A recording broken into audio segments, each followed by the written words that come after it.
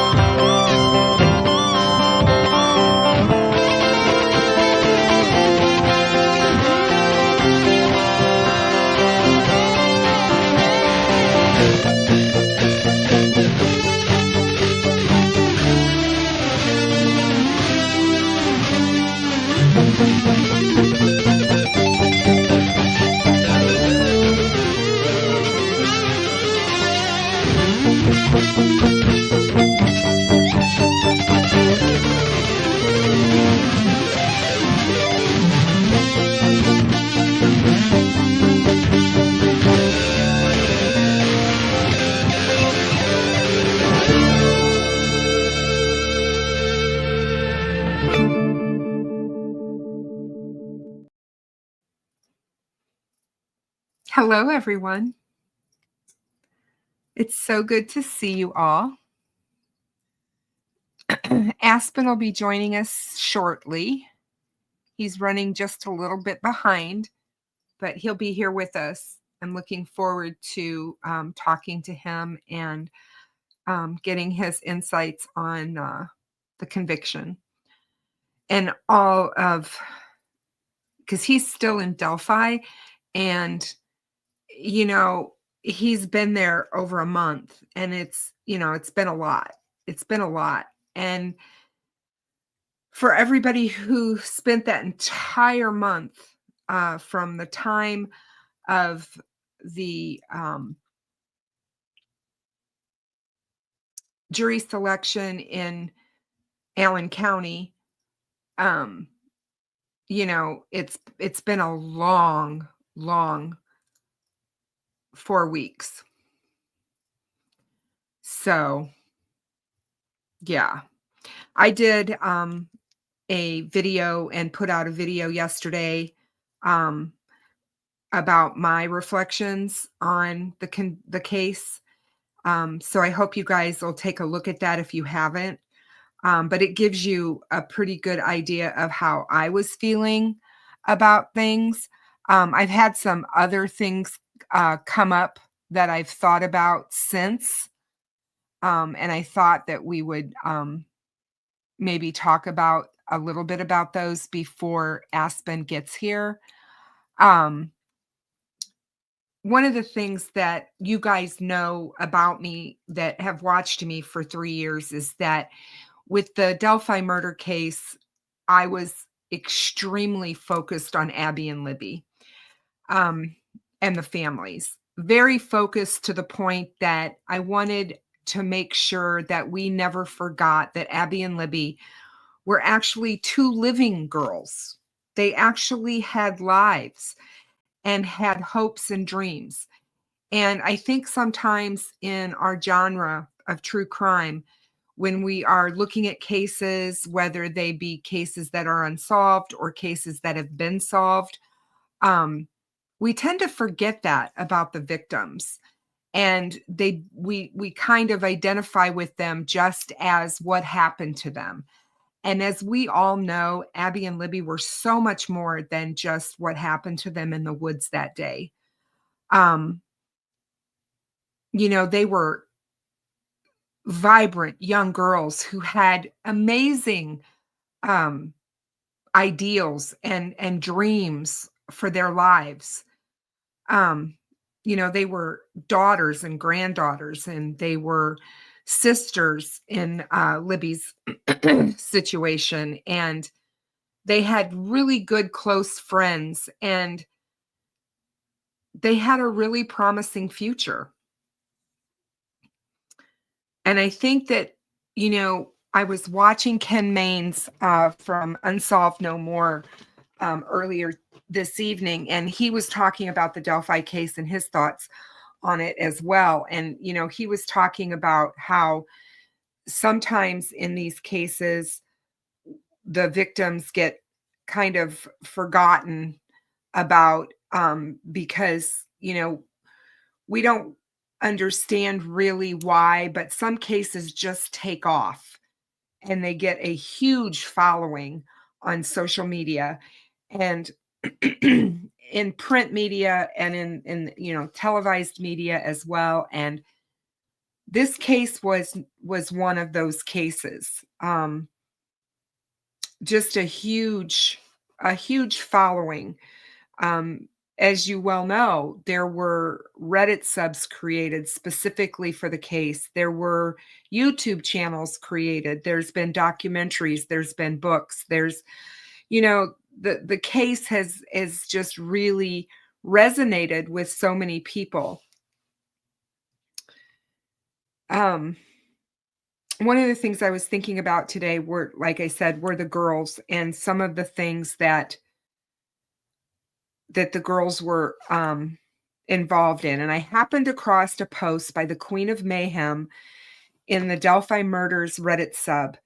And she talks about the girls. And I wanted to share it with you because I just thought that this really rings true to who the girls were. Abby was an artist. She loved music and was in her school's band where she played the saxophone.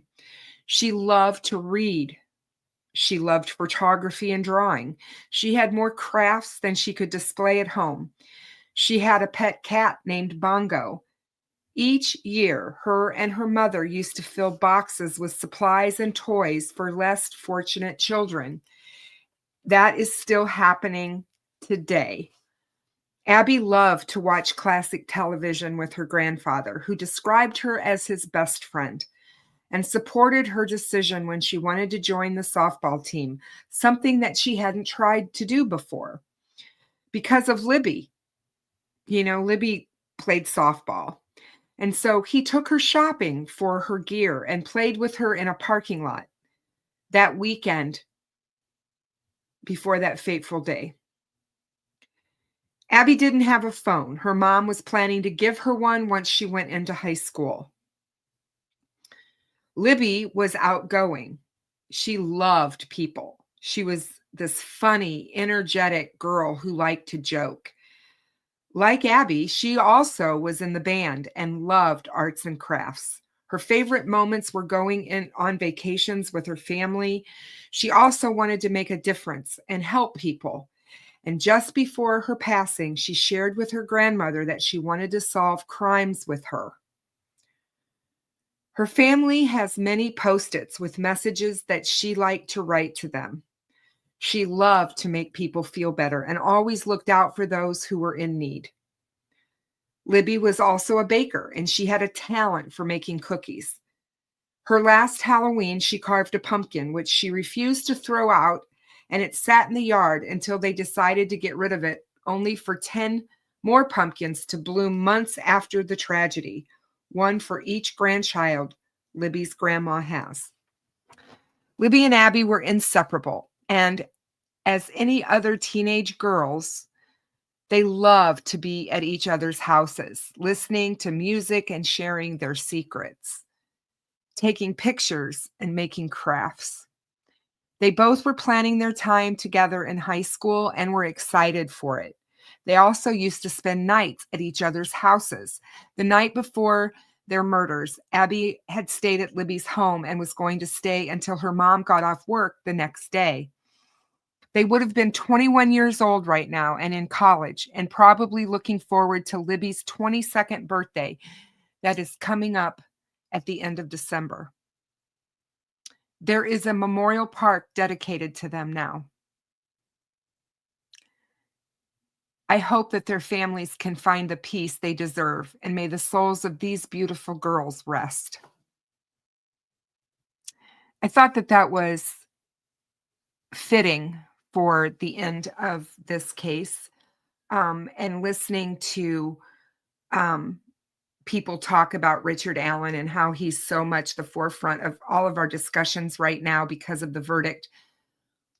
But what's always on my mind are the girls.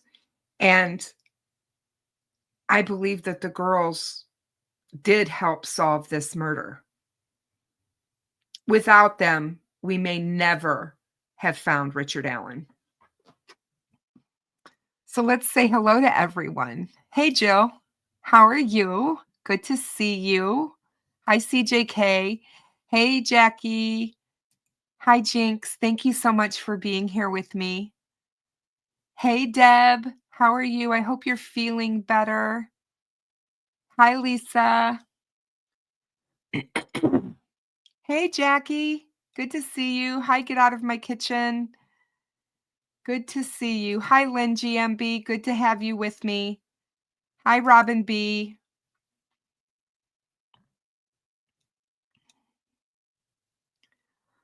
Hey, TLS.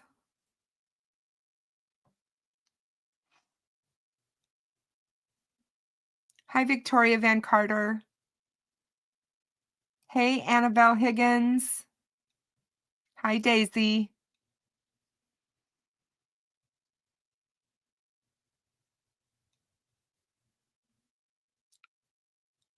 Hi, Cindy.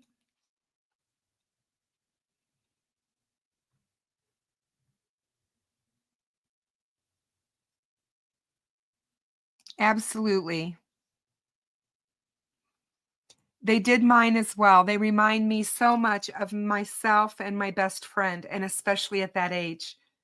We were so much like that. And it was, I think it's what captured me most about the case and what led me down the path of wanting the justice for them.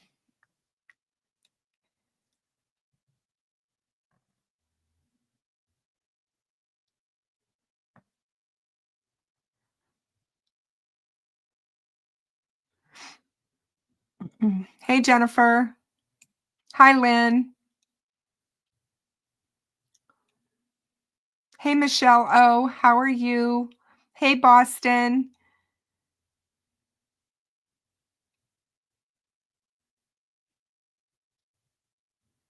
They are the heroes. Hi, Misha K.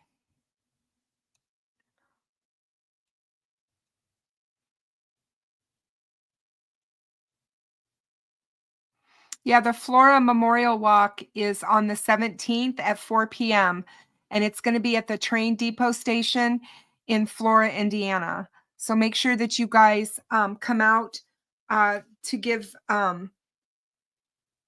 time and justice for Galen's four angels, Kiana, Kiara, Cariel, and Kayani. And if anybody has tips, they can tip it in on the tip line at 1-800-382-4628. The Flora 4 girls deserve our attention, you guys. It's been far too long for them. you can buy a custom paver and support the Memorial Ballpark, which will be there for decades to come for other children to enjoy. And Abby and Libby's legacy will forever live on in that Memorial Ballpark. What a beautiful place, you guys. I loved being able to go there and see it firsthand. I spent a couple of hours at the park with Becky back in April, and it is just a beautiful place. Kids were playing ball. She was closing up the concession stand for the weekend. It was just a really great experience. Aw, Jackie, you are so sweet. I just want to give a shout out to Kristen, because if it wasn't for Abby and Libby, I would have never met her. And I'm so obliged to have met her and got a picture with her at the Delphi Memorial Walk.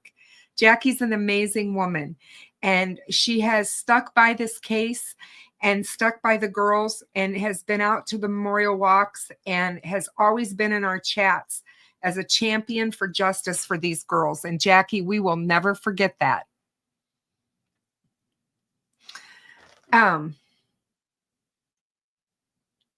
But yeah, you know, like I said, I was just kind of going around and kind of looking to see what was being said, you know, and stuff. And I think it was one of the things that I noticed when I was in Delphi, that some of the girls' friends were at the courthouse, and they're all grown up now, you know.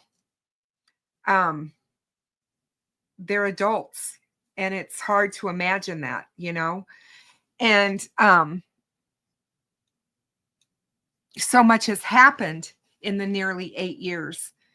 And the story of the fact that Libby had a new puppy at Christmas right before this happened, and the fact that he's no longer a puppy, he's a 8-year-old dog, you know. It just goes to show you how fast time goes. And sometimes it's as if time stands still for families that have lost a child. It's like the earth is spinning, but you're just standing still while everything else around you continues to move and go on, and you're just kind of stuck hovering. And it's sad because the Williams family and the Patty and German families were robbed of these beautiful girls. They were robbed of so many things that the girls missed out on, you know, first dates, prom, you know, going off to college, graduating from high school, driving a car. There's just so many things that the girls were looking forward to being able to do that they never got to do. And I think one of the things that hurt me so bad was that the families for the last 2 years their voices have been silenced because of the gag order, and they weren't allowed to talk. And it's all about them. And they're the only thing that matters in all of this. And my heart goes out to them. And, you know, that's one of the things that we in this society do. We glorify these murderers, and we glorify them to a point of just making them almost iconic. And it's sad. I mean, to think that these guys have a following and that there's people out there that profess their love for them and all of this, it just goes to show you how sick a portion of our society is. And that's all I can say on that one. I don't think any of us will ever understand the evil that happened that day in the woods. We will never get an answer as to why that makes any sense to us. But I wanted the girls to be remembered more for how they lived than how they died. And this post that was made on Reddit resonated that with me. And I thanked her for posting that. Delphi is such a beautiful little community. That it truly is. And it's just right in the middle of the heartland, and it's really hard to kind of describe it, but it has its own unique characteristics, and everybody there seems to be, from all the interactions that I had with locals, they were all very welcoming. I never felt when I went in to any of the establishments that I was an outsider, so to speak. But I will never understand all the conspiracy theorists out there. To continue that thinking, and I understand that it's still, there's people out there that are working heavily on it, and don't seem to understand how a man who didn't have a criminal past that we're aware of, middle-aged, seemingly had a good job, a good home, and a woman who loved him, a family who supported him, decided one day to simply just go out, take a walk on a hiking trail with a gun and a box cutter, and with the mindset of sexually assaulting and murdering 2 innocent children. I mean, nothing makes sense about any of that, As far as that goes, I said it before, we don't know Richard Allen. We do not know what evil rested in his heart. We don't know what things that he may have been fantasizing about forever. I mean, for as long as maybe he's been, even up to when he was a teenager. We don't know. None of that came out in court. None of that was discussed or talked about in evidence. And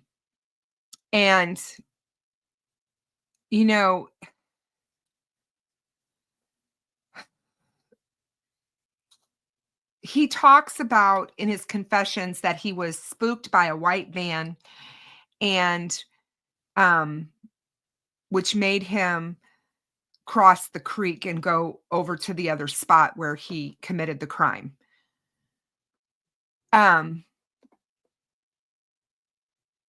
There's so much that's still unanswered that I don't know that we'll ever truly know the answer to, because unless he completely comes clean and really talks about what he did that day, I don't think we'll ever know. And maybe we'll get lucky and that will happen when he's sentenced and comes to the realization that he's going to probably spend the rest of his life in prison.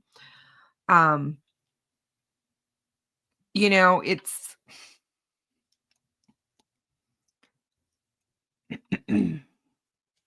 I just, like I said, I think this case grabbed everyone because Libby's video was so big and so huge. The fact that 2 young girls were able to film a person coming after them on a bridge in the middle of basically nowhere. And the fact that that phone that had that video on it was left at the crime scene. I think that was very intriguing to most people. And that's what led to a lot of the explosion, so to speak. Not to mention the fact that we had his voice. Nobody knew who he was. We couldn't, even with all of that, we couldn't see his face. There wasn't enough there. And because of that, the case went unsolved. And then the fact that once we got the arrest, things seemed to be so circumstantial with the case and the evidence, and we didn't really know. And law enforcement in Indiana is so tight-lipped with their murder cases, and so it gave way for the case to be debated. People were able to weigh pieces of evidence. When we saw the probable cause affidavit, people weighed in on that, and we heard so many different opinions on whether or not it was strong or weak or whatever. Well, it obviously wasn't weak to the judge who granted the search warrant. We had all these confessions, 61 of them. And people started talking about whether or not these would be false confessions. And I don't believe that you would ever have 61 false confessions. People got angry because the Judge Gull wouldn't allow us to watch the case. She wouldn't allow us to go inside the courtroom and watch all the proceedings. After all of that is said and done, I still believe that the strongest piece of evidence was that video. Had it not been for that video, Richard Allen would have never come forward. And we may never have had a resolution to this case. And it's such a sad case because these two young girls lost their lives in such a senseless, disgusting, and horrific way.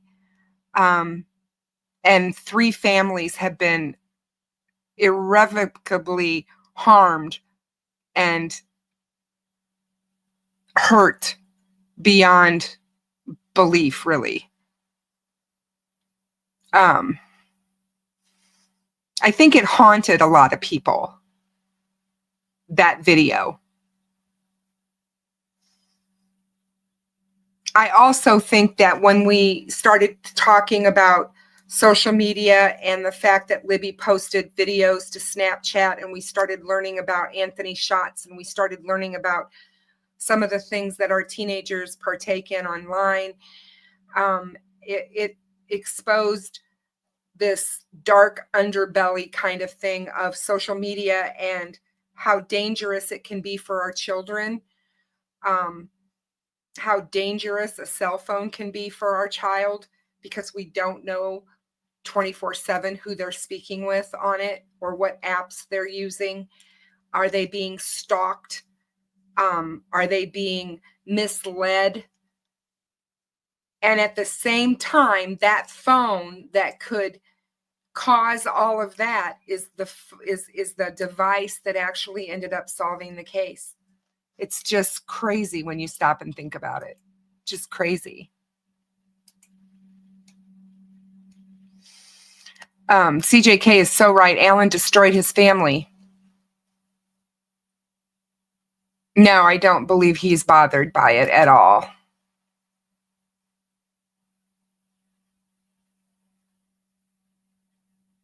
Hey, Joe, how are you? No, I do. I think, Libby took the video and Abby protected the phone.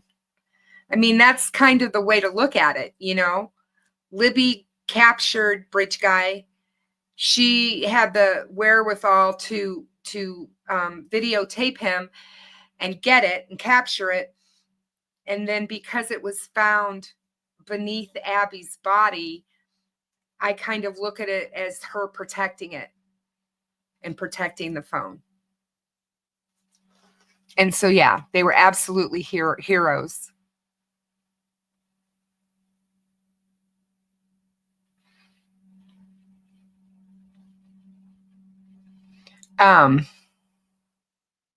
And I believe this, MK, absolutely believe this so well. When someone tells you and shows you who they are, we need to believe them. And he told everyone who he was. He also told everyone that he wasn't crazy, that he was merely acting crazy.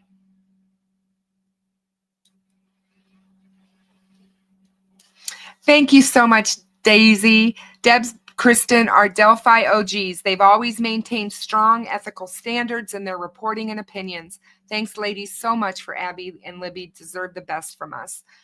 Absolutely. Deb, I can't say enough. I am very, very lucky to have met Deb in person and to have been befriended by her.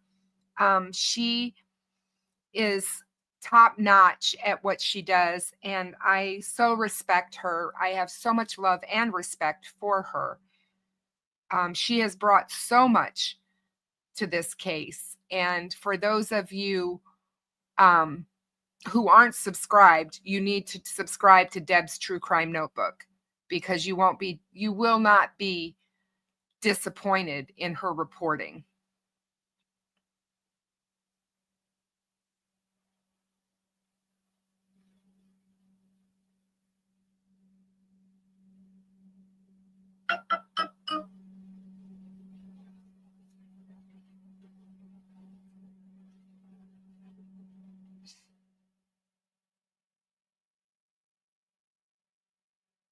I'm just looking over seeing what you guys are talking about in the chat.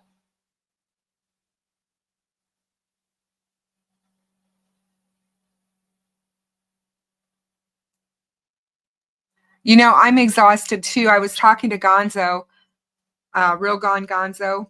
For those of you who aren't familiar, go find his channel and subscribe to him. He's amazing. I'm going to have him on next week. He's going to be on with me. I miss him. I haven't had him on for a while, so I said we needed to do a show together. But I am exhausted. I was talking to my husband this morning. I was running around like a chicken with my head cut off because for those of you that don't know or forgot, my brother had a heart attack and a stroke a month ago. And so I've been taking him to cardiac rehab a couple times a week and to many, many, many doctor's appointments. And it looks like he's got spots on his lungs. We just got back a test result that he has abnormal lymph nodes in his chest. So I'm dealing with all of that. So I've got all that emotion going on in the midst of all of the Delphi trial. Plus, one of my dearest and oldest friends is battling breast cancer, and I've been helping her and helping to take care of her. So I've had a lot going on, and I didn't really realize how tired I was going to feel when this all came to a close. You know, you guys, I was like, I guess I should have realized after nearly 7.5 years of focusing and, you know, every day doing something with the case. Every day for 7.5 years, I have done something with this case. So it's kind of, it's to me, I guess, not odd that I would feel this emotional sense of exhaustion, because it's kind of like I just feel this emotional sense of exhaustion. I never wavered in thinking that we would get Bridge Guy, but there were times when it was really super hard to remain positive and try to keep that positivity. I wanted people to not give up hope, because when you give up hope, then the family has nothing. And I didn't want to do that. Hey, Saint, how are you?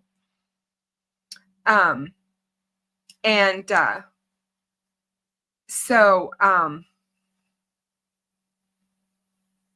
Yeah, the whole everything that's going on with the Patties and the Germans and with Kelsey, I hope the people that are doing it realize that they can be sued. So, and it's even if they don't have anything monetarily to get or take from the people, maybe they could, get their channels shut down or something. I don't know. It's just disgusting. And I'm glad that she doesn't follow it anymore enough to make, to drive her absolutely crazy. She's got a lot more going on than that. I mean, she's a mom and to a beautiful and absolutely gorgeous little girl. And she's got another little girl coming. So she's going to have another little girl in February. So it's a lot. And it is a lot. And for her to have to sit through this trial pregnant, I felt so bad for her. I just felt so bad. And I think, if you guys want to try and do something positive, reach out to Google and let Google, because Google owns YouTube. Reach out to Google. Let them know that the YouTube rules are not followed when it comes to our genre on this platform. And I get that it's a hard thing to do and to deal with because you've got people who know how to skirt the system and they may get banned and they come back with a different channel with a different VPN and it's hard to follow them and all of that. But,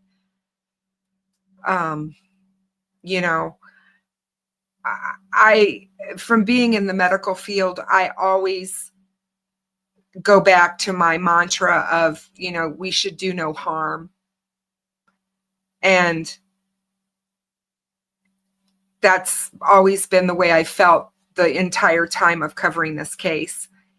I think that, I think once the gag order is lifted, we're going to hear and see a lot. And more power to them because they deserve that. They deserve a voice. They deserve, to have their moment, to be able to say, I can try to find some contacts at Google, L. Waters. Hold on a second and let me see what comes up for me.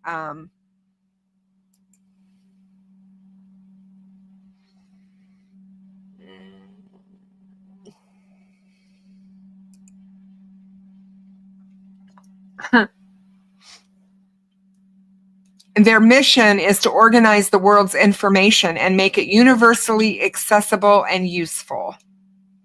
That is their mission.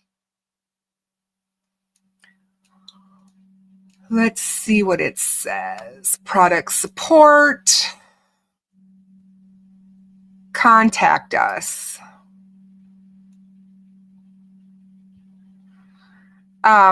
They are located at 1600 Amphitheater Parkway in Mountain View, California, 94043, USA.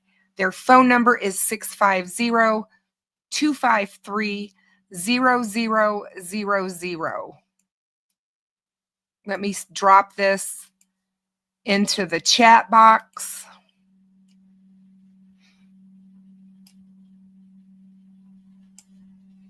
I'm still waiting on Aspen to get here, guys. Sorry. You can write them there. And you can also email them, I think. Hold on a second.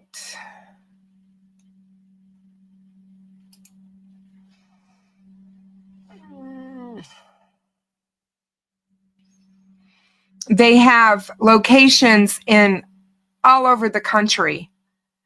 Let me put this in the chat box. Hold on.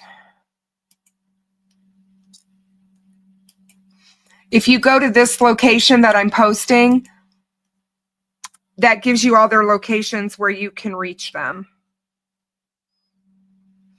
And YouTube doesn't react to.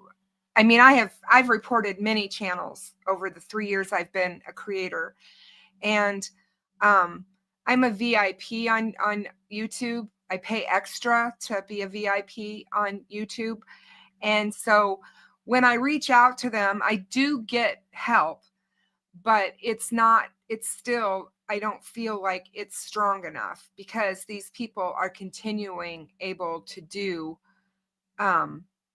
these videos, and it's just maddening. Oh, look who's here, guys.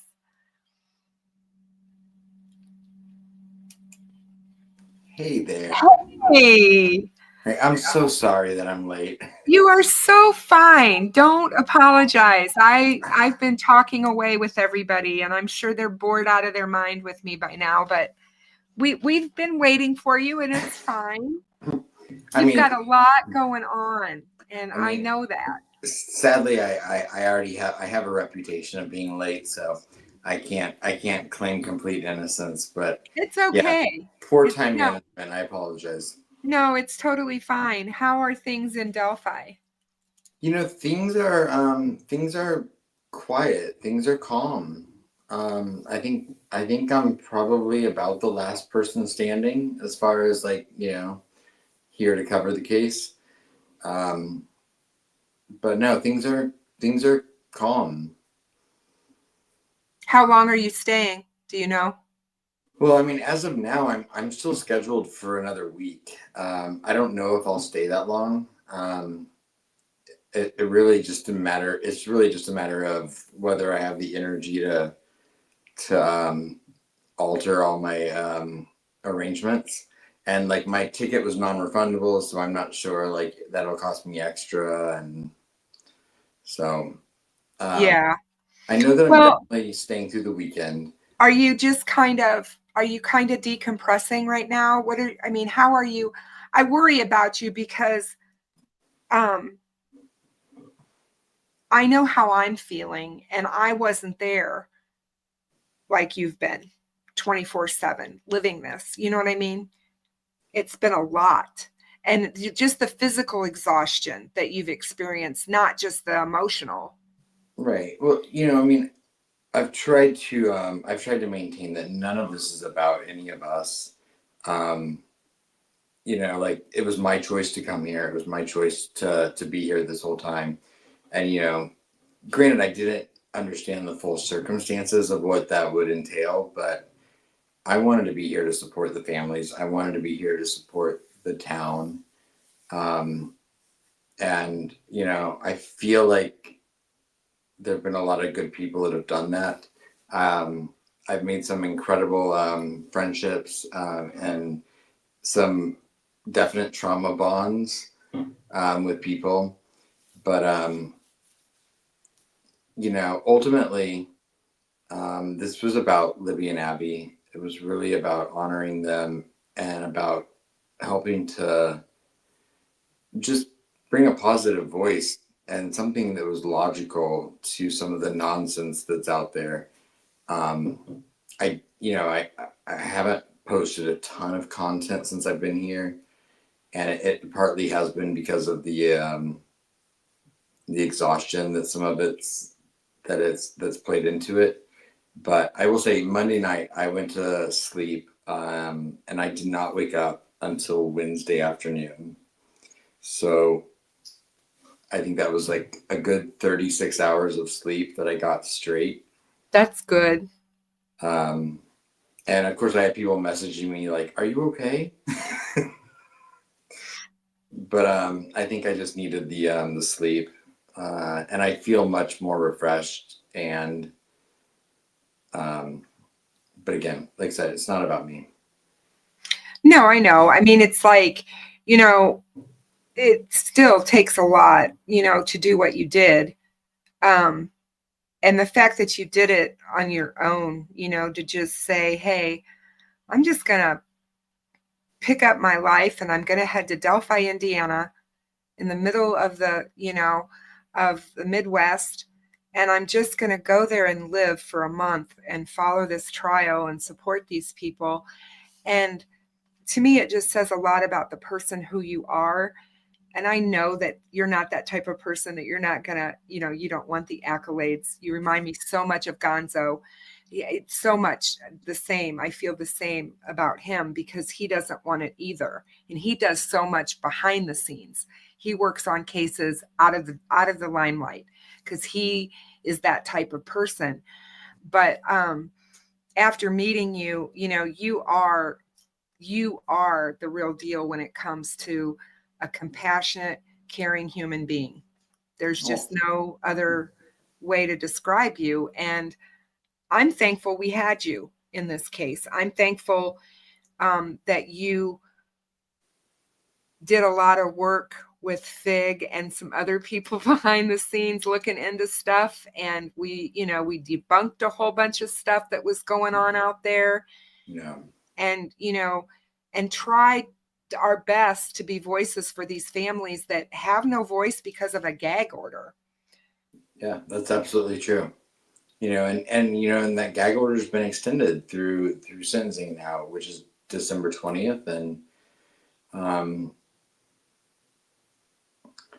I'm sure there are a lot of things that a lot of people would probably say if they were given the opportunity to, but then again, I don't know if they would, because they have such dignity and compassion for other people that Oh, I know. I've been amazed by the kindness that the people that have been directly affected by this case have shown people that have come just to cover the case.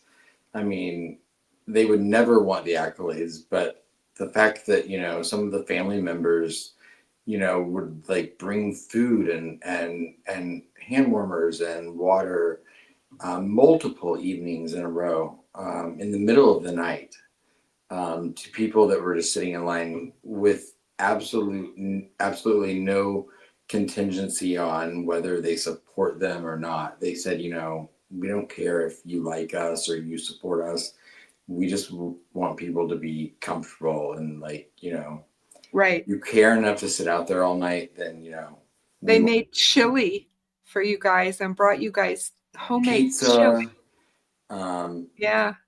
There were all sorts of things. Yeah. So. And, it's like, it's like I said, the day I was there when Becky stood in front of me and said, we need you. We need your voices.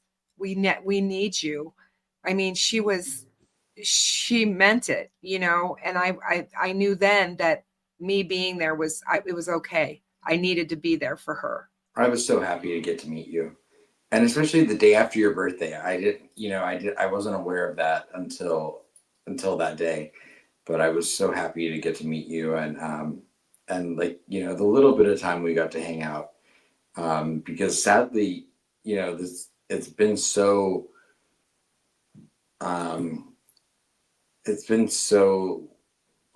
overwhelming and time consuming that I've met people that I've wanted to meet for years and I've only had 30 seconds to talk to them or very short conversations. So the fact that we were at least able to go to lunch, and I know that was so amazing. I'm so glad that happened and that I got to meet you and Susan, and I finally got to meet Teddy.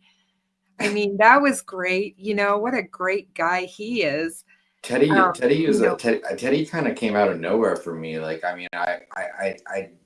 He was in line with me the day that I was in line. That's how I met him then. And then when he ended up appearing at lunch, I'm like, oh, I know who this guy is. he was an unsung hero the whole time. I mean, he was right there with us and he had our back. There were a lot of nights between him and I, we just the two of us would kind of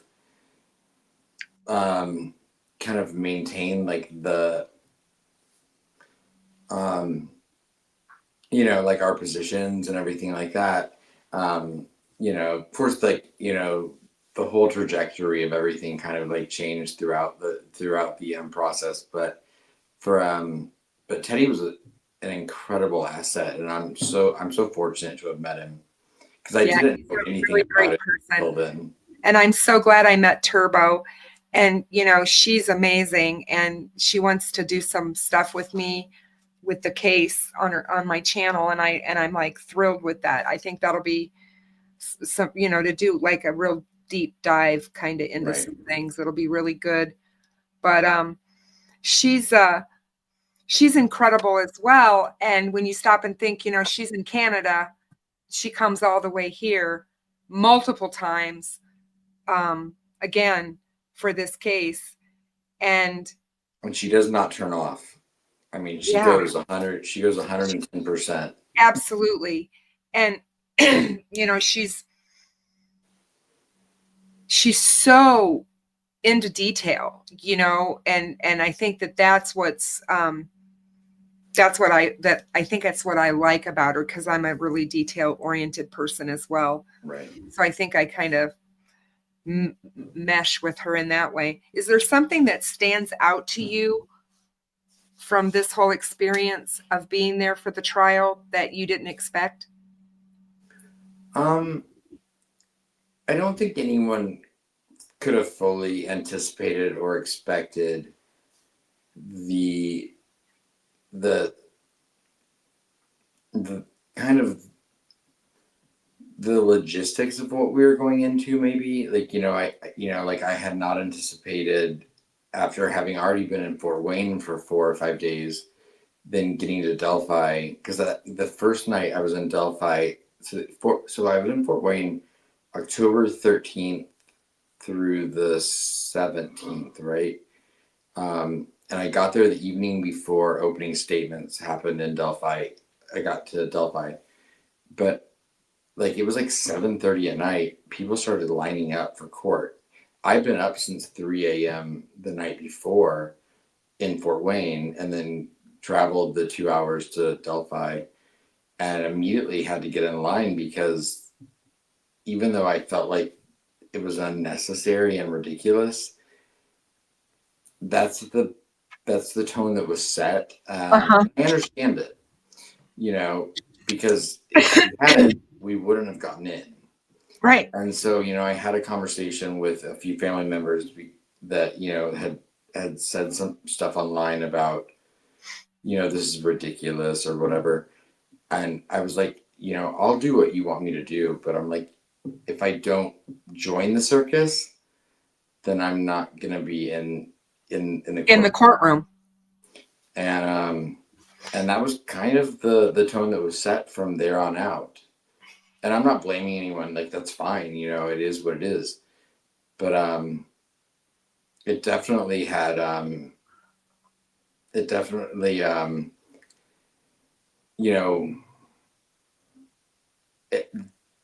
there were times that it ran very, very smoothly, that everyone had each other's back, that everyone felt very, like, kind of looking out for each other. And then there were times that it felt a lot more contentious and argumentative. So, and I avoided all of that pretty successfully, I think. I didn't get into it with anyone. I didn't have any arguments or fights with anyone. So that alone, I think, was a win. Yeah. Do you feel justice was served? I mean, I have a tough time when it comes to justice, because, I mean, nothing's gonna bring those girls back. Nothing's going to rewind time. So to me, on Monday when the verdict came in, there were no winners in the situation. There was no one side won, one side lost. There were, 3 families were destroyed. yeah, and that includes the Allen family. Yep. I mean, I don't hold that to the same level of the loss that Libby and Abby's families experienced. But I will say that, I don't think that this was like, a huge celebration for anyone. I I, think I feel like it was a very important bookmark to put into into this chapter, because I think without the court system taking place, I don't think that the families of Libby and Abby can begin to start the next chapter of what the grieving looks like. right. And I hope that at least now they'll have that ability to see what the future looks like. Because Yeah, I because think for almost 8 years they haven't had that opportunity. it's kind of like I said the other night on Tom Webster's panel. When you are sitting on a jury and you have someone's life in your hands, you're weighing evidence to try to send someone to prison for possibly 130 years. That is an enormous weight. And I know a lot of people say, "Oh, I would love to be on that jury." No, you wouldn't. I No, did. you wouldn't.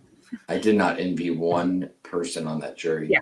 It's an emotional hell to have to do that. And I commend people that are willing to give up their own freedoms and time and do what they did. They were sequestered away from their friends, their families, for all that time, and they had a really hard job to do.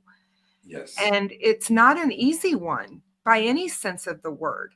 And even though all of us, as armchair detectives, I kind of like to call us, sitting outside the box, we kind of formed our own opinions earlier on as we were listening to the evidence as to what we thought the verdict should be. It ultimately came down to those 12 people. Absolutely. Absolutely. I mean, it's easy. It was easy for someone that already had a preconceived notion of what they believed the outcome should be to maintain that that thought process. I personally have always said that, I felt like the evidence against Richard Allen was very strong, but I in no way knew if he was 100% guilty. And my mind was always open to the fact that if I was provided information that showed his innocence, that I would be open to that. Right. I had several conversations with Janice and Kathy that, just to express my empathy for what they were experiencing. I mean, empathy and kindness doesn't cost you anything. Nope. And when you see people experiencing genuine pain and and hurt, I mean, it's my natural response to want to fix something or provide something that could be comforting. I don't know, whatever. But there's nothing wrong. I mean, Jinx, I think she went to bed. I saw, but I know she told me that there was one day when she saw Kathy Allen was crying and she walked up to her and said, "You need a hug." And Jinx is that type of person. And she gave her a hug. And it's just like, that to me is what our world should be like, because it isn't us against them. It's just like you said, the person that is responsible for what happened was sitting at that defense table. Kathy Allen is a victim in this, in my opinion. She was manipulated by this man, and I still believe that she is being manipulated by him to this day. And maybe one day she'll figure that out, I hope, for her own well-being, because it's going to be really hard for her to move forward if she doesn't. well, yeah. And I know that right now she wants to keep fighting, but I think that the writing is on the wall. I don't really see it going a whole anywhere. But Yeah, no, I agree. I think I was told by a family member right after they came out of the court that this isn't over, but that today is a good day. And I understand where they're coming from because they have to have that mindset. Yes. Because they built up an armor over the years to prepare themselves for whatever may happen. Yep. You know, I personally don't see an appeal being granted if there's one filed. I'm not sure, but I think it's important to articulate that there are no winners here. Like, I've heard, rumblings of people saying, oh, this side or that side is going to feel victorious, or that they've won something, and I've heard vitriol even come from that. And I'm like, no one won here. Like, those girls are gone. Yeah, there's no winners there's no winners in a murder trial. Yeah. There's just not. There's no winners. There's just more losers. More losers. And you not only, I mean, I know it's hard for people to wrap their heads around, but yeah, Abby and Libby are gone. We can't get them back. But Richard Allen just lost his life as well. The life that he's known is gone. He will never, ever be out walking amongst us. And thank God for that. I mean, he has to pay for what he did, but absolutely, that is sad. I mean, if you don't see sadness in that, and have empathy for his mother and his stepfather and his, sister and daughter and the people who love him, his friends, whatever, then I think people need to take a better look at themselves, because you got to feel for that family. Right. You just do. And I do. I mean, I get that they're victims in this. Like I said, it doesn't compare in my mind to the pain and the loss that Libby and Abby's families have experienced. So, I mean, I will maintain that I feel like there's a difference. Oh, there is a huge difference. Because regardless, if Richard, I guess we can say he now is factually guilty. Yep. He's guilty. He's bridge guy. He's still alive. Yep. He still got to walk his daughter down the aisle in 2018. Yep. Whereas, Kelsey German got married and didn't have her sister there. She wasn't afforded that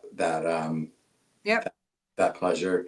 They haven't been afforded the pleasure of having Libby in their lives for the last almost 8 years, nor has Anna been allowed the pleasure to have her only child with her for the past 8 years.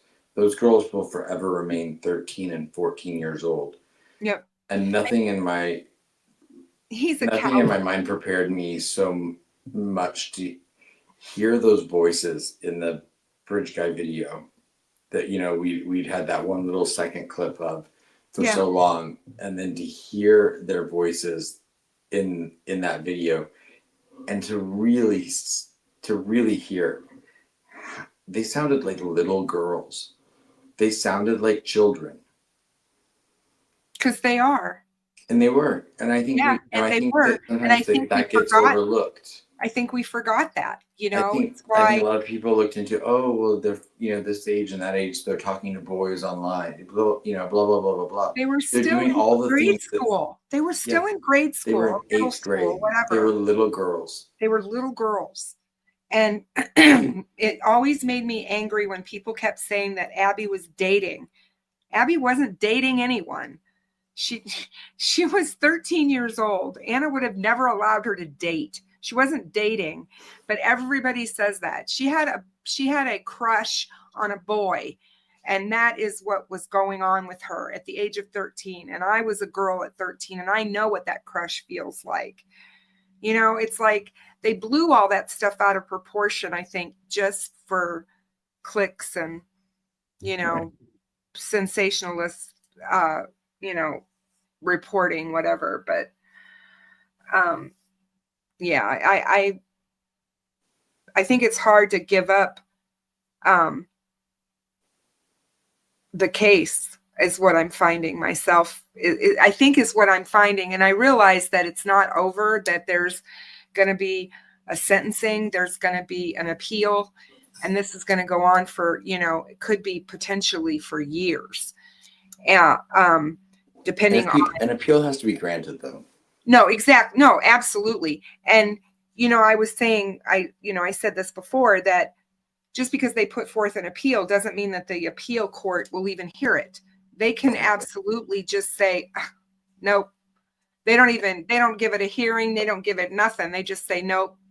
And we also don't know if Richard Allen will come to a point of resolution where he accepts his fate and chooses not to put his family through anymore.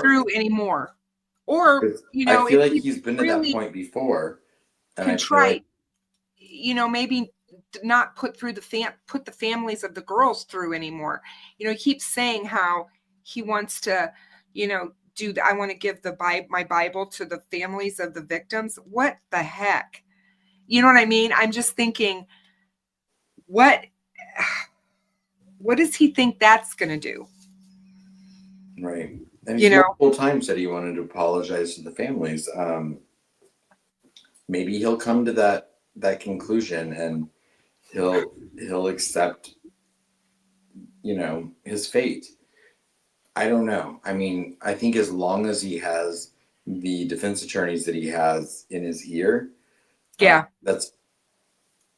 in Kathy and Janice's ear, I think it's more on the unlikely side. But because I think he really go? listens to them. I think he has trouble making that decision and being forceful on his own, which is odd when you stop and think about what he did in the woods, with the girls. But again, that's a 13 and a 14-year-old versus adults. And he may be one of those people that never felt like he had control in his life, but he was able to control the girls. Sorry. No, go ahead. I was going to say, one thing I found really interesting is that was kind of a perception that I always had. And this is just my speculation, but having sat in the courtroom every day, except for 2 days, I missed 2 days of court. But for having sat in that courtroom every day and having watched the interrogation video, in which Kathy comes in and speaks to him, it changed my perspective slightly on the dynamics of their relationship. And because I feel like a lot of people have always perceived Kathy to be the more outgoing, the one that kind of ran the show, whereas Richard Allen, was this subdued, quiet guy that never really voiced his opinion. And that wasn't not the impression I got when I saw their interaction when she came into the interrogation room, because the impression I got was of a very broken woman learning learning that her husband is being accused of these things, and and asking questions such as you didn't tell me you were on the bridge that day. And he maintained this sense of control and manipulation, in my opinion, that is not something I had really saw in their dynamic before, because we didn't really know much about Richard Allen's personality. Right. I mean, we've heard certain things, but the element of control and dominance, I feel it actually was much more on Richard Allen's side than it was Kathy's. I mean, Kathy, by all accounts, was broken, and he was the one that was keeping things going as far as the conversation, the narrative. He was the one maintaining control of that whole interaction. That's really interesting to hear, because that does speak a lot to what their dynamic may have been in that house. And so I feel like myself, I feel like that, I might have had, that element of their relationship off. I do think that Richard Allen cares a lot about what people think about him. I think that was exhibited through a lot of his confessions and to his mother and his wife. So I do think that dependency thing that we'd heard about, does resonate. But I also feel like there was an entire compartmentalization part of it as well, that he was very much in control of all of it. Which is what, isn't it odd when you think back to 2019 when This is Doug about Carter power, was ego. talking about, we know this is about power and control. What is your family going to think when they find out what you did to those two little girls? All of that whole speech that he gave that day speaks directly to Richard Allen. Absolutely. You know what I mean? Everything he says just absolutely speaks directly to him. It's so another thing that speaks, if you look at it in the context of Richard Allen being guilty, there was, I can't remember which crime. Thanks, True Crime Housewife, for I can't your remember which super crime chat. con it was, but I believe it was 2022, maybe right before there was an arrest. Paul Holes appeared. It might have been Vegas. But Paul Holes appeared on the panel that Susan Hendricks conducted with Tara, Kelsey, Becky, and Mike. Yep. And if you look at the things that Paul Holes says about who he thinks the bridge guy is, in my opinion, so many of those things fit Richard Allen. And this was before an arrest was made. This was before we knew who Richard Allen was. But I went back recently and watched that Crime Con panel. And it's very, very enlightening to hear Paul Holes' take on it and to hear how dead on he was about just who he thinks that this culprit was. I love him, and his books are so amazing, and he is spot on. This guy is an amazing investigator, and he has such insight into these criminals. And I think he learned so much while he was hunting for the Golden State Killer. And I'm just in awe of him. So to hear that, I'll have to go back and watch it because I've seen it, and I know I'll just have to refresh my Same for me. Memory of it and listen to it again, because I do remember when he talked, and I think it was at the same Crime Con, because he was talking about DNA. He was talking about the fact that the prosecution was going to have an uphill battle in this case because there was so much DNA left at the scene by the victims that he knew from that if there was any DNA left from the perpetrator, that it was going to be mixed with their DNA. And when that happens and you have so much of theirs versus the perpetrators, it dilutes it, and you end up with not being able to get a profile, which is exactly what happened. Can I say quickly, I had lunch with Deb today, and I'm so grateful that I got to see Deb again, because I got to see her earlier in the trip. But it was one of the days that I literally had to run out of court, get my chair set up for the next day. And I did, and we never got to go to dinner that night. And I felt so bad. So I'm so grateful that I got to meet Deb for lunch today. So thank you very much, Deb. Isn't she wonderful? Deb is the real deal. So anyone that's not subscribed to Deb's True Crime Notebook, please. She is absolutely the real deal. And I love her absolutely to death. She is.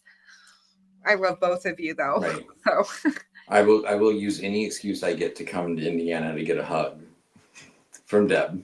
Yay! Yeah, she's pretty freaking amazing in my book, and so are you. And like I said, when I found both of you on the other channel, and that's where you guys were. And when I found you and Deb, and I was like, both of you just kind of, I don't know, you just both touched me. You're both really smart. You're real down to earth, and you both bring great conversation to cases, I think, because Deb has a real clinical way of looking at things, which I do as well, I think, because of our backgrounds. And so I I love that about her. But with you, you are much more of a critical thinker, in my opinion. I don't know if you see that in yourself, but that's the way I see you. Thank you. And I don't feel like there's much critical thinking happening in my brain recently, but then again, I don't feel like there's much thinking. I can understand why, but yeah, no, and we don't have a lot of that anymore.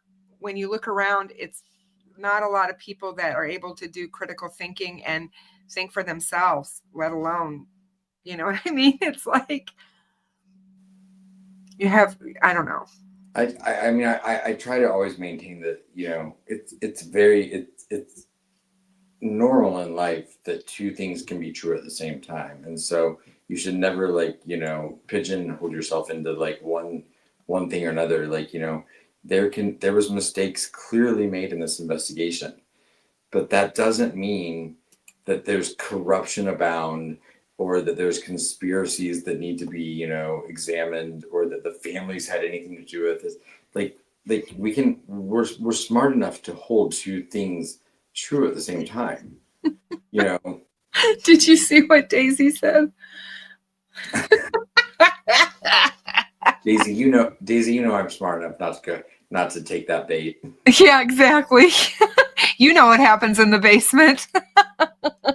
There's certain people we've never even seen again after they've been down there. They go to the basement and they just disappear. Right. Oh my goodness. But no, I just wondered how you felt, like, you know, how you were feeling about everything now that it's over. I mean, you know. I mean, physically, I mean, even like from like, I'm not done like a lot of videos or appearances or anything, but like, I mean, hopefully, I mean, I feel physically a lot more myself and normal.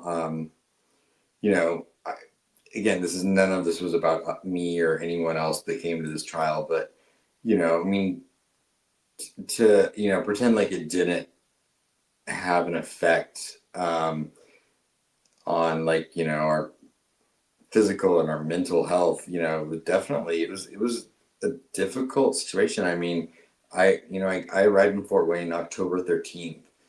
What is today? November 4th. So a month, you know, a month and a day ago. Yeah. But I've, you know, literally been in this environment, you know, day after day without stopping. Right. And when I say without stopping, I mean, have been days where it's like you literally, you don't eat. You don't eat. You don't drink. Don't sleep. You don't drink. You know, you get Yeah. out of work. You get right back in line. You go right back in line.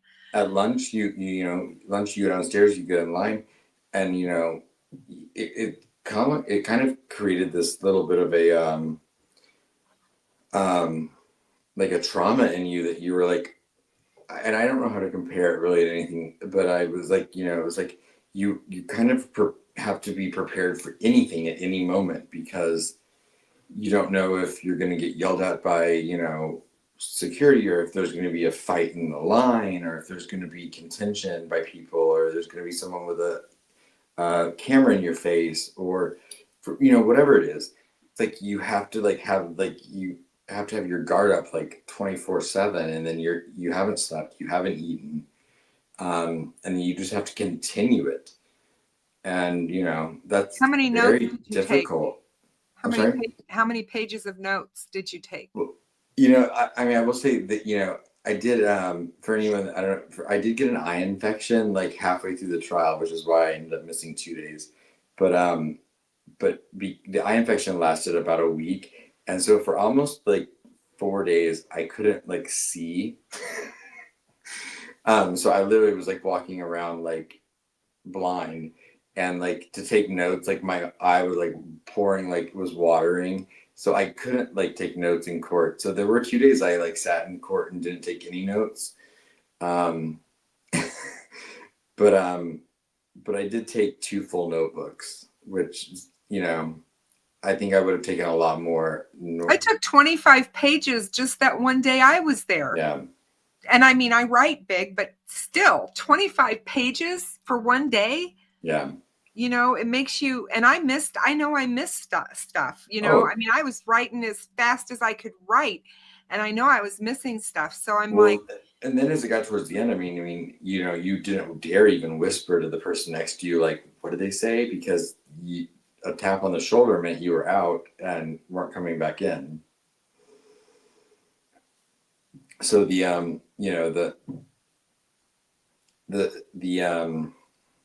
parameters in which we were also like trying to like handle everything within were strict.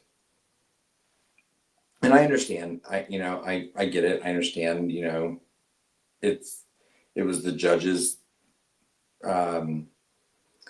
it's her ball game. We were there, and, she felt like that, that the decorum she put in place was appropriate.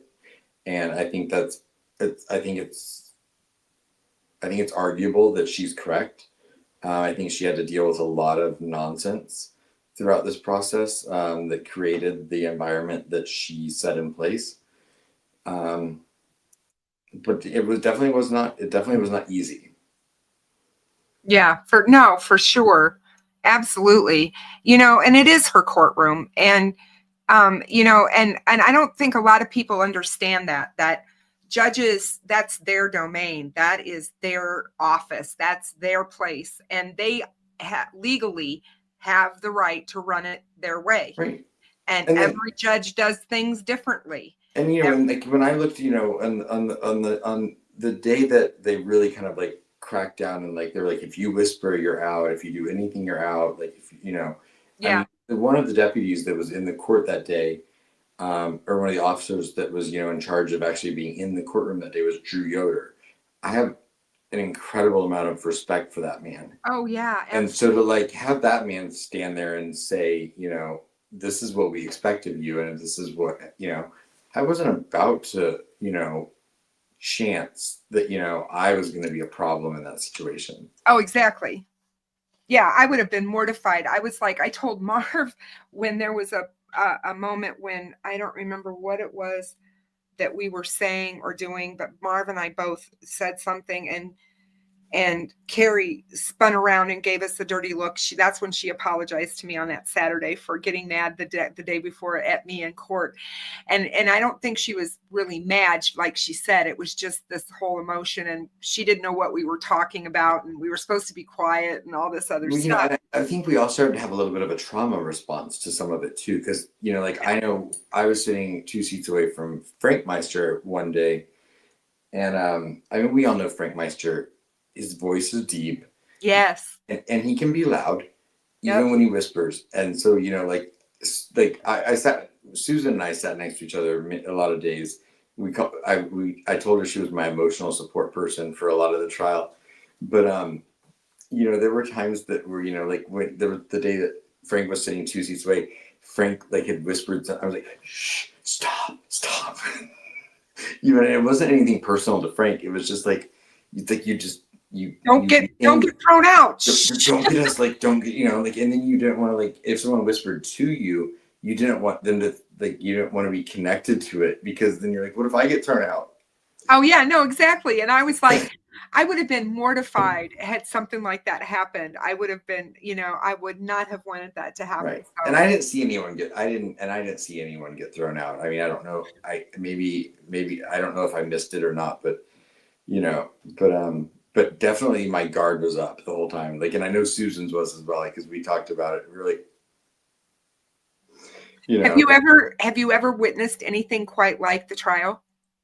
This was the first trial I've attended. I've never been to a trial, and I'm going to maintain that this is probably an outliner as far as normal. I think this was an extreme version. And from people I talked to online, I talked to Hidden True Crime Laura, her name, and I talked to a couple other people that have attended several trials, and they all kind of agreed. They're like, no, that this is different than other trials they'd experienced. And things are different in Indiana. I'm right next door in Illinois, and we do things completely different. We do things completely different here than they do in Indiana. And I was like I said, I was floored when the jurors were asking questions of the I didn't know that was a thing. I didn't know that was a thing either. And I'm like, it's not a thing here. I've been on a jury. I'm like, we didn't get to ask questions of the witnesses. What the heck's going on? I was very floored by that. But I will say that I thought that some of the very, very most intelligent, best questions were asked by the jury. Yes. And and of course, anyone that thinks that I'm pro prosecution or pro whatever, is gonna argue that I'm biased. But I was prepared with whatever this jury came to the conclusion of, that I felt confident that this jury had spent the entire trial engaged, asking informative, intelligent questions that showed their level of engagement and dedication to coming to the correct conclusion. And so I maintained throughout the jury deliberations that I thought they were going to come to a comprehensive decision. I will admit that that morning, was that Monday the 11th, there was a small part of me that was like, okay, when we started to hit around lunchtime, it was the first time that I thought, okay, could this possibly be a hung jury? When I really did the timeline of the hours they had deliberated, it wasn't as long as you thought. It was not as long as I had thought, and someone had mentioned that on Tom Webster's Live, which is the first thing I thought about it. And it might have been you. I can't remember who it was. Yeah.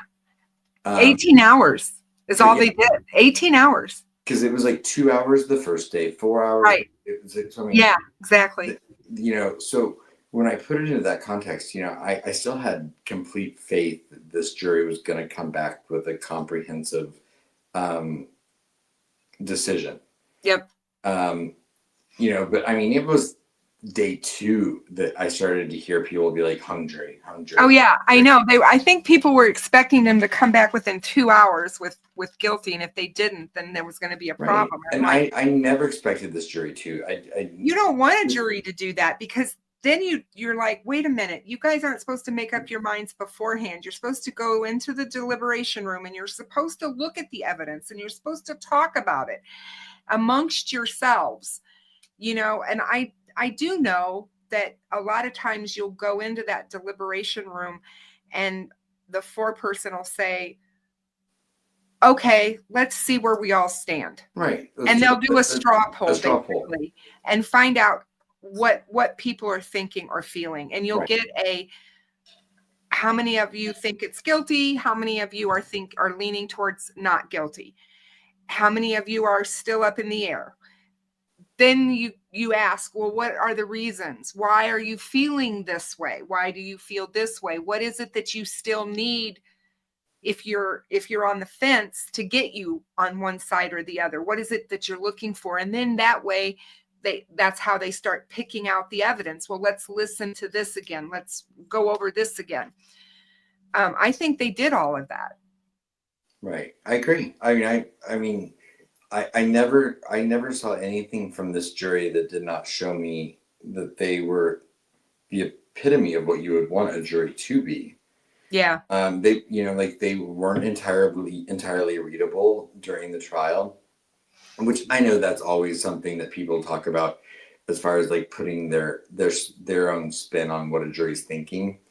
And because I had my own thoughts on certain jurors and what I thought they probably were thinking, but you never really know.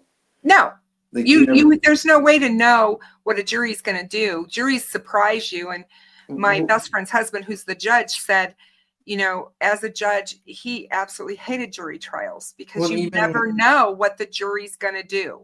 Even a conversation I was having today with someone that they came into court for I think 1 or 2 days. Their take on one juror was completely opposite from something I had seen throughout the totality of the trial, because I kind of had put this juror in my box of guilty 100%, whereas the day they were there, they saw some things that they were like, they thought that particular juror might be on the not guilty side. So, it's interesting just to see that Did you see what Steve said? Well, I mean, it is me, and I was born on Halloween, and I am a witch. And I do have a black cat, and I do have skulls and spiders. I don't think there are any skulls behind me. No, I don't think so. I have a few. But yeah, he's staring at it. You guys can't see him, but Finn is sitting here on a bench, and he's up here, and he's staring at my skull. Well, it's one thing that's funny that having been here for so long, I got here on the 13th of October, and I was driving through Flora today, and when you drive into Flora from Delphi, there's there's a business that on the left-hand side, they have one of those like 20-foot skeletons that they sell like for Halloween. Yes, I want one. And they still had it up, and I was like, but it was so funny because I was thinking to myself, like when there's like one establishment here in town that I like have gone to a few times, that when I got here they were having all their Halloween decorations up, and then and now all their Christmas trees are all up, and I'm like, it just baffles me that I'm like, and I won't be until I get home. I think you're like, how long have I been here? That it really, I don't think it would be until I get home that really dawns on me that like, I'm like that I've been here this like span of time that encompassed, Halloween, the election, exactly. by the time I go home, almost Thanksgiving. Exactly. And then I'm going to turn around and be back on the 20th of December. So I'm like, I didn't have one more trip to Delphi on my bingo card for 2024, but I booked it already. So you're coming back for the sentencing, awesome. Right? Yeah. No, you at this point I have to. I thought about coming for it, and it would all just depend on weather, because weather can be so crazy, and I would be driving. So I thought about coming over for the sentencing, but God, it's going to be a circus. Yeah, no, I made sure to book stuff that was refundable up until a certain point, though, at least, whether it get extended or whether that's 5 days before Christmas. I mean, exactly. I was kind of surprised she said it then, but well, it was interesting because she gave them options. She did. And, I wondered. There was some dates in January, which I have on my notebook, which I don't have with me right now, but that, I think Nick had mentioned there was some sort of conference or something he might be at.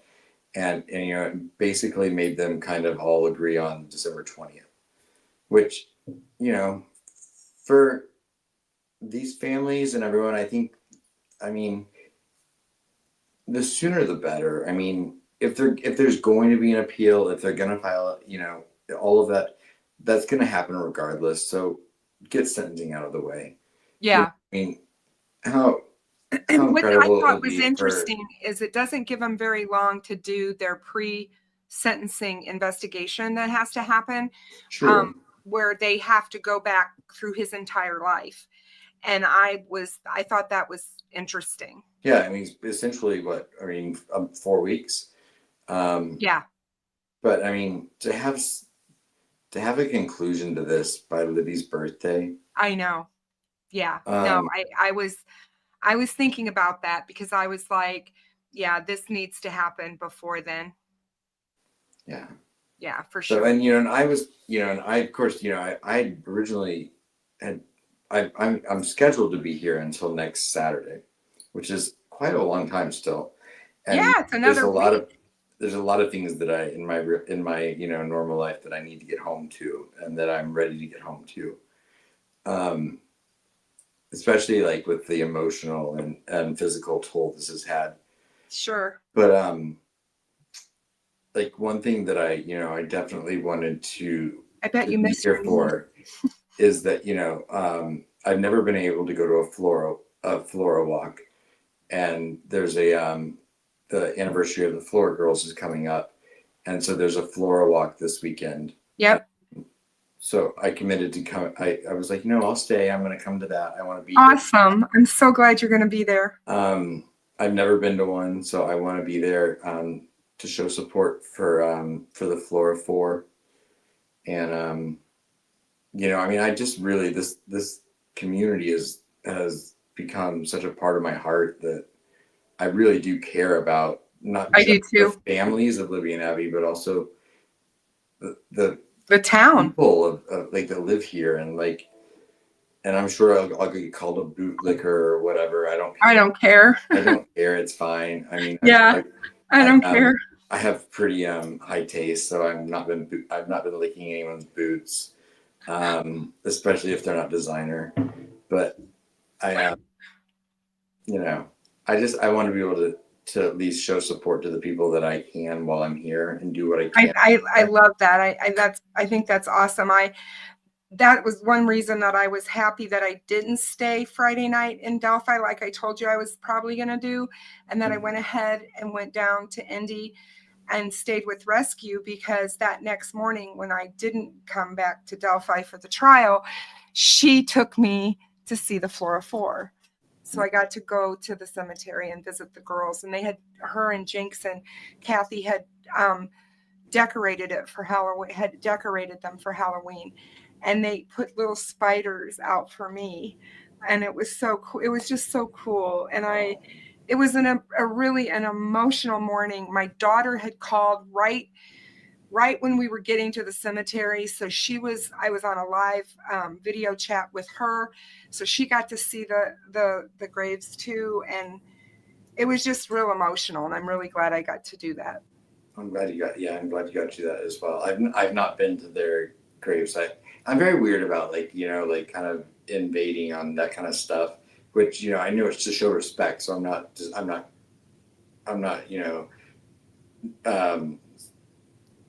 dissing anyone, but I'm very careful about like as far as like I personally, like, I've been to Libby's grave.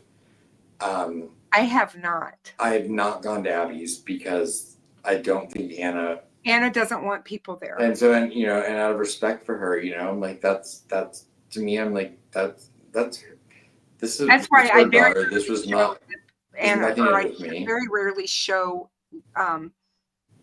Abby's grave, because she did not want, once I found out she didn't want that done, I pulled the pictures off my Reddit. Yeah, I try to be very respectful of whatever a family wants when it comes to that type of thing. And I know with the Flora girls that that they don't that it's fine because of the people that show support. And so hopefully, I don't know where we're going on the walk. I know where we're meeting, but maybe I will go pay my respects after the walk. I'm sure someone would be happy to take me if I wanted to go. All right. Absolutely. And then again, Queen of McCurkin is another case that is out of Kokomo, Indiana, that the anniversary is coming up of. Yes.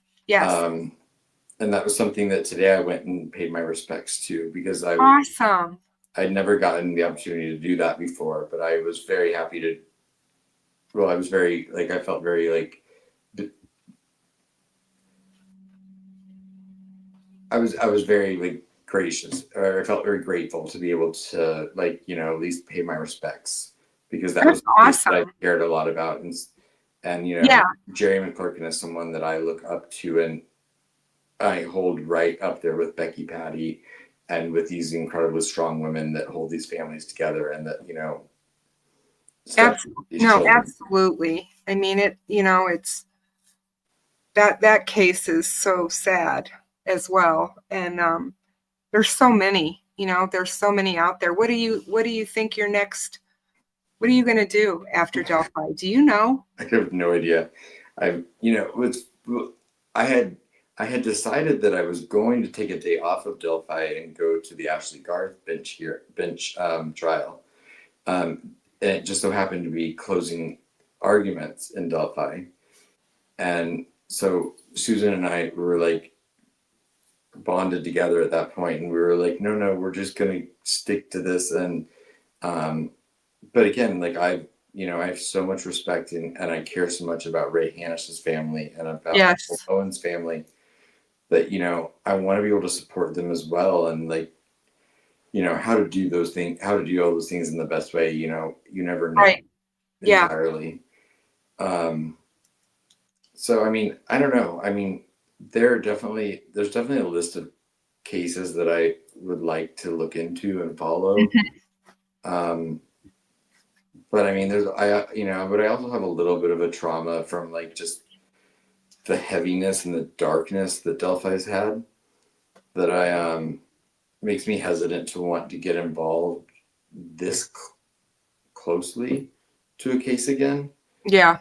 Usually Same. I'm pretty good at compartmentalizing and putting up barriers like to protect myself from things. I wasn't able to do that with Delphi. Oh, Hey, Finn. Hi. perfect relief. Yes.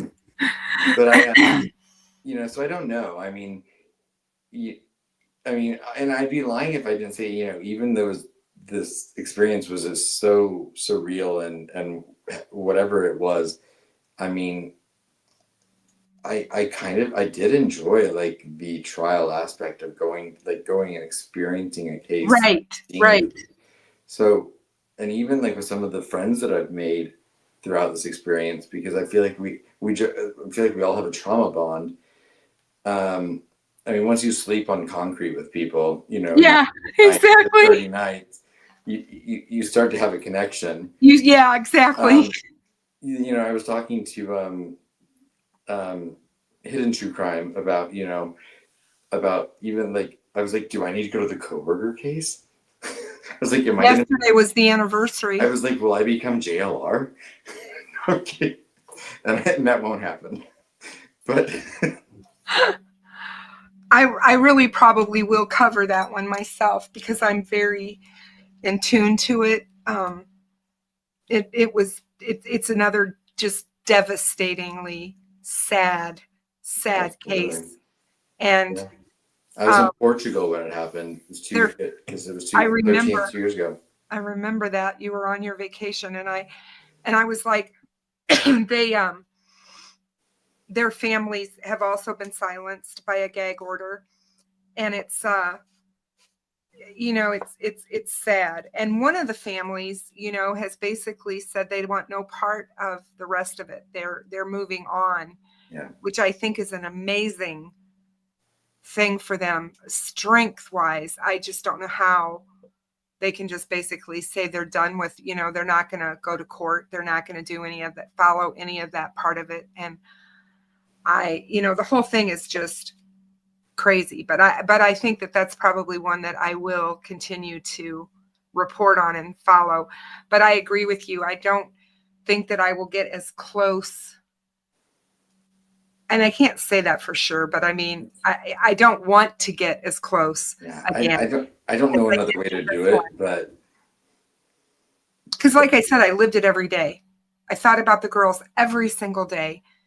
And I won't stop. Did something on the case every single day. You know, like I've gotten to know so many people in this town and so many people in this area that, you know, I mean, I'm 100% confident. Like I'll come back to Delphi. Like when this, you know, long after this has been settled and done with, I don't see myself not having some sort of connection and relationship with this town and these people. Like I don't know if it's possible for me at this point, and maybe that's weird, but I don't. Well, you've built those relationships, and it's like I said, I think that's one of the legacies of Abby and Libby. In all this tragedy, maybe that's how we should wrap all this up tonight. In all the tragedy and everything that we've covered over the last 7.5 years of this case, Libby and Abby brought us all together, and we have made connections with people that we love, actually love. We've made friendships that are lifelong, and that people that will be in our lives in some form or somehow, right. some way. And you never know at what point people will cross paths again, as far as like, even if it's covering a different case or something like that. But I mean, just to see the sigh of relief in this town in the past 3 days has been significant. And I like I said, I hate to say that because I don't think that anyone wins in this situation. And I know that, there's still days to come that, could be difficult for these families. But I mean, just to see the way that this town has rallied around these families and to see Libby and Abby painted in every business window. And I don't know if they've Yes. shown, I've not seen a lot of coverage, so I don't really know what they've shown. It has been out there. WTHR and the local indie stations covered it. Like I said, I've been really, really bad about watching. Like I haven't had a lot of time to watch a lot of people's coverage, so I've not seen a lot of things that people have covered or what they've said, other than what people have sent me. But I think that it's been so heartwarming to see the signs that say Libby and Abby in the windows and the ribbons tied around things, and even the way people have actually stopped me in businesses, whereas they could be apprehensive about an outsider or someone being there to in their mind cover the case, thank me for just the fact that I'm my intentions for being here have not been to make money. They've not been to Right. do anything other than to support the families and to support the community, and Right. just to be a positive voice in this I don't know what you call it, environment. And you've done a really great job about, in doing that and doing just that. So you should be proud of yourself for that part, because, the integrity that you bring to the table is amazing. It's one of the things that probably connected you and Susan so much, because she's got it too. She's got that integrity. And Whether she likes it or not, I'm gonna come visit her in Atlanta and bother her. I'll come with you. Okay. I drove by her. I had to go renew my rental vehicle because I'd had it over a month now, and I guess when you rent a vehicle, if you have it a month, Yes, you right, have to have to do a new contract. So I had to go do a new contract today as well in Lafayette, and I drove by her hotel, and I was like, I'm gonna miss dropping you off and having our lobby cocktail. But Absolutely. I mean, I feel so, I've watched her for years. I loved her. She's the real deal. Before this case. Yeah, she is. And I was kind of like a Susan Hendricks groupie. So when I reached out to her, when I first had her on my show and I started talking to her and stuff and everything, I was like, oh my gosh, she's amazing. And so to get to meet her, so glad that you put that together so that I could make sure that I got to meet her. That was fantastic. I don't know where I don't know where I came up with the brain with that to do that, but I was like, I'm not gonna let this not happen if it's your birthday and we're It was awesome. We actually had the opportunity to leave the courthouse for an hour. So I was so shocked when I walked in that restaurant and there she sat. I was like, oh my God, that's not what I expected.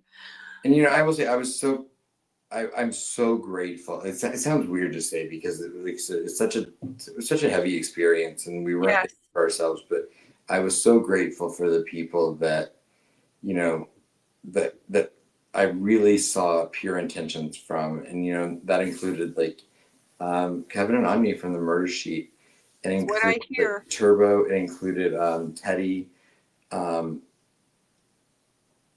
Susan, of course. Oh my gosh, I'm leaving people out, but like people, Tom Webster, Yeah. people that were there, for even a portion of the trial. That I mean, I said we kind of like formed a little bit of a tribe, and it was like, when people would drop off and like have to go home because we can't, not everyone can stay gone for 5 or 6 weeks. I understand that. So like it came down to the end, and it was like myself, Susan, and Murder Sheet, and it was like we're the last four standing. Yeah, So, like, exactly. we have to Where watch did out for each everybody other. go? But even like Marv, like Frank, even like Anthony Greeno, when he got up and gave Anya Kane a seat one day, and then My volunteered to hat's give off up to a seat for a family member. I know that people have criticism of him, and I thought that was a very nice thing to do. It was. It And was. And, he I gave up his criticize him on that. phone for Susan to go live, Well, that was my fault. I stole that. I said, Anthony, I said, give me your phone. Give me your phone now. Because mine was 2 blocks away in the car. And Nancy Grace was waiting. It was like, you don't keep Nancy waiting. But no, he definitely stepped up and did some really good things. So yeah, but like I said, so I mean, I saw really it's impossible. It was hard for people to maintain false identities over this length of time, and I think we really saw that come to the light with some people. And that doesn't mean I'm BFFs with anyone, but I mean the small like little group that I kind of like bonded with, and that included like Lauren, Hidden True Crime, and the girls that were with her. I will cherish that forever because like there is like a little bit of a trauma bond there, and I am appreciative over like how everyone had each other's back. And then getting to see you was amazing. Getting to see Deb was amazing. And there's so many people I got to meet but just for such a short time. And then, like there was one person I was actually thinking about earlier today that I'd never met before. And I just so happened to get introduced to her like right after the verdict was that, and I was crying. And then I was like, I'm like, here I'm meeting this person for the first time, and I'm like, they probably think I'm like a bumbling idiot because I'm just like, it's so nice to meet you. True Crime Web, Steve says Aspen has cool friends. I get ruckus. I love it. I love it. I love it. Well, hey, but you know what? I would never carry Ruckus's luggage across. You're not going to be a Sherpa. I'm not going to be a Sherpa for Ruckus, so I don't meet the criteria there. I love the fact that Steve took care of him when he had his shoulder surgery. That was really, really good.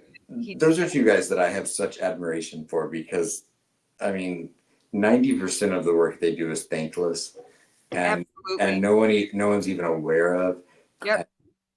I hold them to such high regard, and I respect it so much. Oh, absolutely.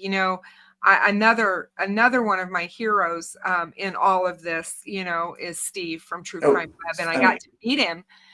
He came through on one of his trips to Evansdale. Well, I was supposed to meet Steve and his wife back in December of 2022, and I was so looking forward to it in Atlanta.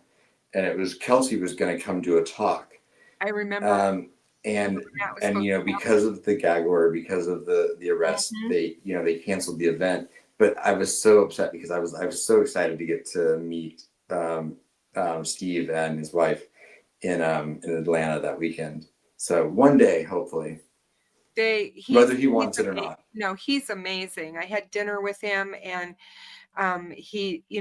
what he's doing and his foundation is amazing. And I know he's making a difference in these families' lives because he's giving them hope. And I don't believe it's false hope in any way, shape, or form, because my feeling is that they should always have hope as long as there's somebody out there that's willing to help, you know. The more eyes, the better. My family members who are detectives told me, you know, it's an arrogant thing for law enforcement to ever think that other eyes are not a good thing to have on a case. They're always like, sometimes the more eyes, the better, you know? Right. So, I mean, like I said, what he and Ruckus are doing, and Evansdale is important. It's another one that's high on my list to cover. And Drew is another one that I feel, I just feel he's been through hell and back, and you know, he deserves the justice for his little girl, and they all do. Yeah, those families have gone through hell. They have, absolutely. Well, my dear, I've had you on here for a long time, so again, I apologize for being late. I mean, you do not have to apologize ever. It's totally fine. Like I said, I'm just glad that I got the time to sit down with you and just, you know, kind of just chit chat and talk about how you were feeling.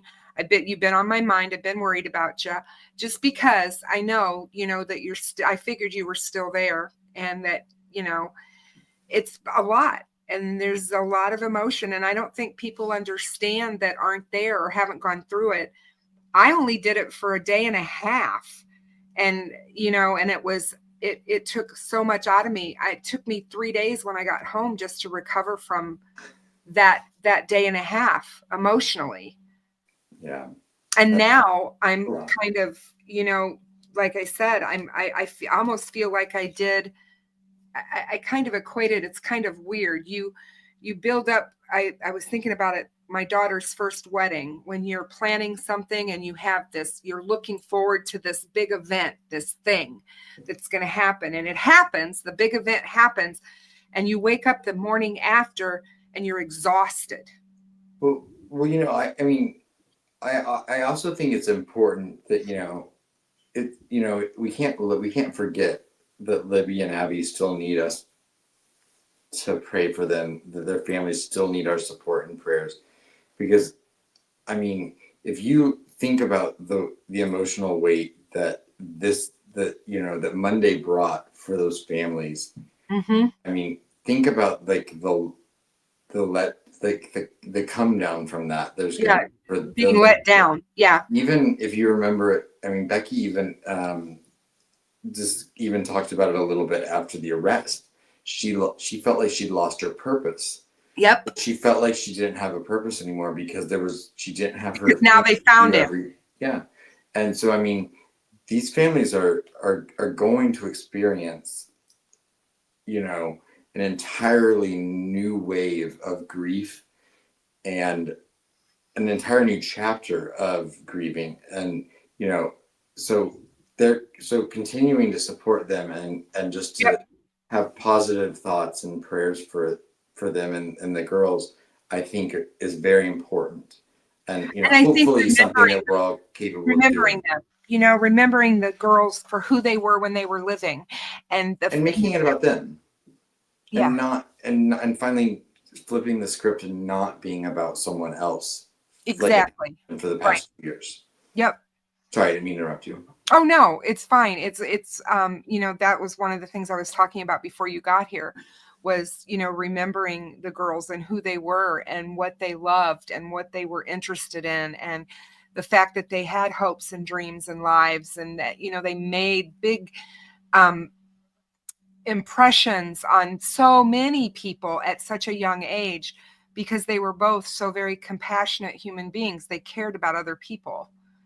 And, you know, to lose that kind of person out of our society is never a good thing.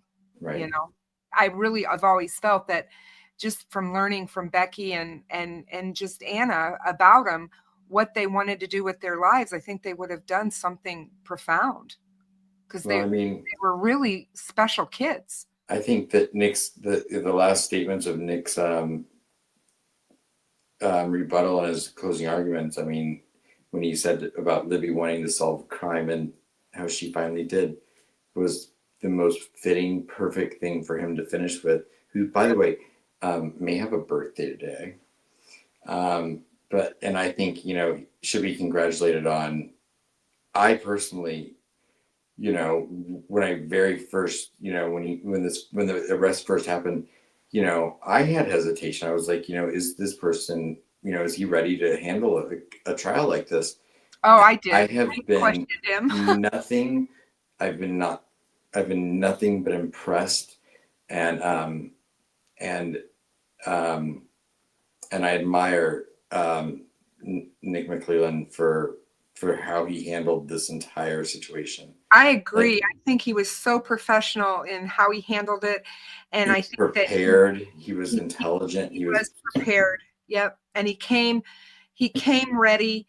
And I think that everybody kept saying, "Oh, he's got a weak case. He doesn't have anything. It's weak. He's very weak." You know, I don't think he was weak at all. I think he kept it simple. He kept it easy. He kept it. He stayed right on point with this, and this is what you need to know. This is all you need to know. You don't need to go into all this other stuff. This is what you need to know, and the facts. And he stuck with it. Right. Very impressed. Very impressed.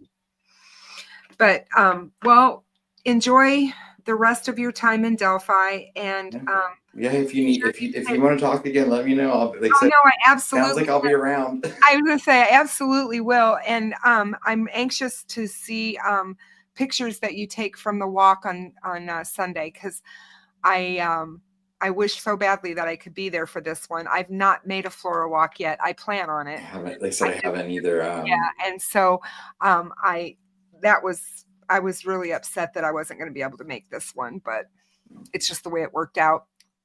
So, and even if I try to stay out of the limelight from that, I'll try to get footage and you know, be a part of it. Thank you. I appreciate it. I'm not one to try to get in front of the cameras. I usually try to walk behind them. You are so funny. I know Galen appreciates all of you and everything that everybody's doing to keep her girls out there. And that's the most important thing. Yeah, I appreciate you, Kristen. Thank you so much. I love you, Aspen. You take care of yourself, and thank you so much for being you. We all love you, and thank you for everything that you brought to us this last month. Wow. All right. I'll see you later. I'll see you later. Good night, everybody. Good Thank night. you so much for everybody for being here, and I'll talk to you all soon.